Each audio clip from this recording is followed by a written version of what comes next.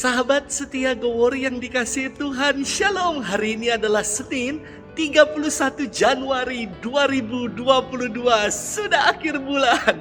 Hari ini kita memperingati peringatan wajib Santo Yohanes Bosco Imam. Yohanes Bosco dilahirkan pada tanggal 16 Agustus tahun 1816 di Italia. Ia hidup dalam keluarga yang sangat sederhana. Pada usia 9 tahun, Bosco mendapatkan mimpi yang mengubah hidupnya. Dalam mimpi itu, ia berada dalam lapangan luas di mana banyak anak bermain di sana. Namun, ada anak-anak yang malah bersikap tidak sopan dan mencela Tuhan. Dalam mimpi itu, Bosco segera menghampiri anak-anak yang tidak sopan itu dengan mengepalkan tangannya. Namun ada seorang yang berpakaian putih datang menghampirinya dan berkata, "Bukan dengan kekerasan, tetapi dengan kelembutan serta belas kasih, kamu akan menjadikan mereka semua teman-temanmu." Ketika ia menjadi imam, Bosco ditugaskan di kota Turin.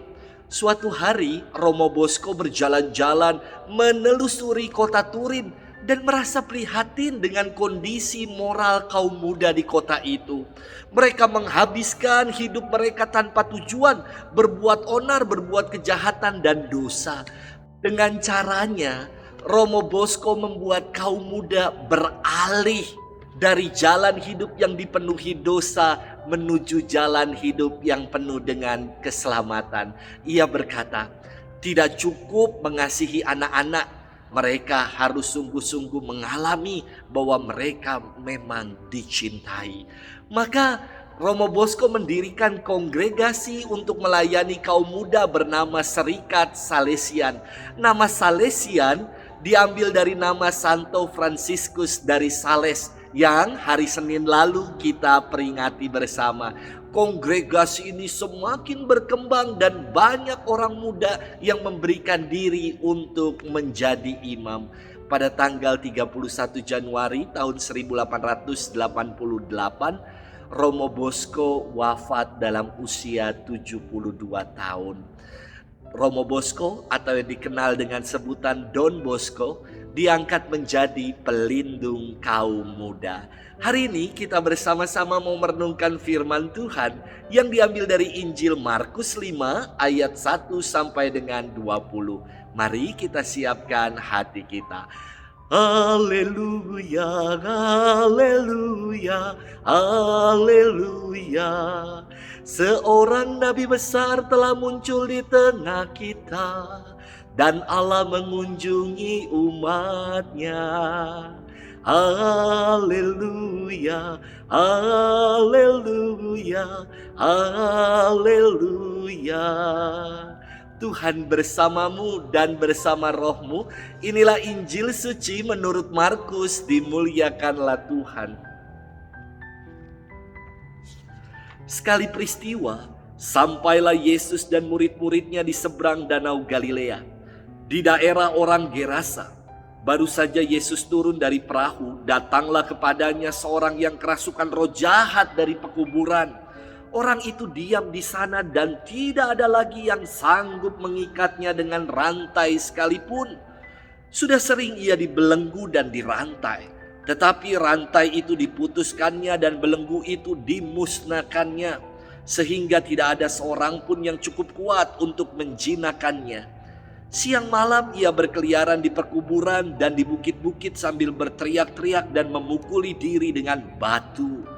Ketika Yesus melihat dari jauh, berlarilah ia mendapatkannya. Ia lalu menyembahnya dan dengan keras ia berteriak, "Apa urusanmu dengan aku, hai Yesus anak Allah yang maha tinggi? Demi Allah, jangan siksa aku." Karena sebelumnya Yesus mengatakan kepadanya, "Hai engkau roh jahat, keluarlah dari orang ini." Kemudian Yesus bertanya kepada orang itu, "Siapa namamu?" Jawabnya, "Namaku Legion, karena kami banyak." Ia memohon dengan sangat supaya Yesus jangan mengusir roh-roh itu keluar dari daerah itu.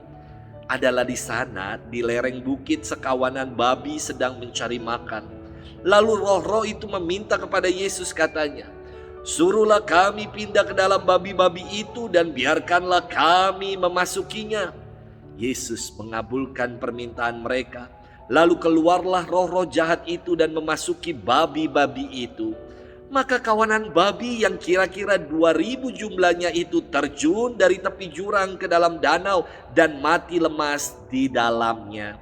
Maka larilah penjaga-penjaga babi itu. Mereka menceritakan hal itu di kota dan di kampung-kampung sekitarnya. Lalu keluarlah orang untuk melihat apa yang telah terjadi. Mereka datang kepada Yesus dan melihat orang yang kerasukan itu duduk. Orang yang tadinya kerasukan legion itu kini berpakaian dan sudah waras. Maka takutlah mereka. Orang-orang yang telah melihat sendiri hal itu menceritakan apa yang telah terjadi atas orang yang kerasukan setan itu dan tentang babi-babi itu. Lalu mereka mendesak Yesus supaya ia meninggalkan daerah mereka. Pada waktu Yesus naik lagi ke dalam perahu, orang yang tadinya kerasukan setan itu meminta supaya ia diperkenankan menyertai Yesus. Tetapi Yesus tidak memperkenankannya. Yesus berkata kepada orang itu, "Pulanglah ke rumahmu, kepada orang-orang sekampungmu, dan beritahukanlah kepada mereka segala yang telah diperbuat Tuhan atasmu. Dan ceritakanlah bagaimana ia telah mengasihi engkau." Orang itu pun pergi dan mulai memberitakan di daerah Dekapoli segala yang telah diperbuat Yesus atas dirinya. Dan mereka semua menjadi heran. Demikianlah sabda Tuhan. Terpujilah Kristus. Sahabat setia Gowor yang dikasihi Tuhan, Shalom. Ada salah satu kisah inspiratif tentang Don Bosco yang belum saya kisahkan. Kisahnya adalah dulu Don Bosco pernah dijebloskan ke dalam rumah sakit jiwa oleh rekan-rekan sekomunitasnya. Ia dikira sudah tidak waras lagi karena banyak kaum muda yang mengikutinya. Maka rekan-rekan komunitasnya hendak memasukkan Don Bosco ke rumah sakit jiwa. Dengan penuh kemarahan, mereka menyeret Don Bosco. Namun, para perawat malah mengira kedua imam yang menyeret Don Bosco adalah mereka yang memiliki gangguan kejiwaan. Hingga akhirnya mereka melepaskan Don Bosco.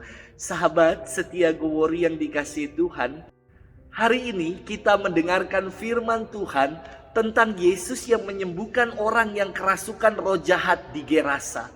Kisahnya sungguh sangat detail dan inspiratif sehingga kita bisa menyimpulkan bahwa kuasa roh jahat selalu merusak dan membinasakan. Pertama dikisahkan, orang yang dirasuki oleh legion ini selalu berteriak-teriak, memukuli diri dengan batu. Kuasa roh jahat merusak. Kedua, ketika roh ini dipindahkan kepada sekawanan babi, babi-babi yang sekitar 2.000 ekor banyaknya melompat dari tepi jurang dan terjun ke danau hingga mati lemas.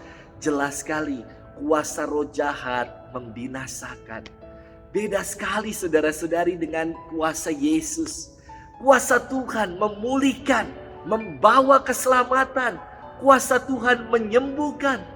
Orang yang dirasuki roh jahat yang bernama legion yang jumlahnya banyak itu, yang mengerikan. Legion itu ibarat para tentara serdadu-serdadu yang banyak jumlahnya. Namun kuasa Yesus memulihkan dari kuasa jahat yang sedemikian banyak itu. Yesus menyembuhkan orang yang kerasukan ini. Hingga akhirnya ia kembali sembuh dan menjadi waras.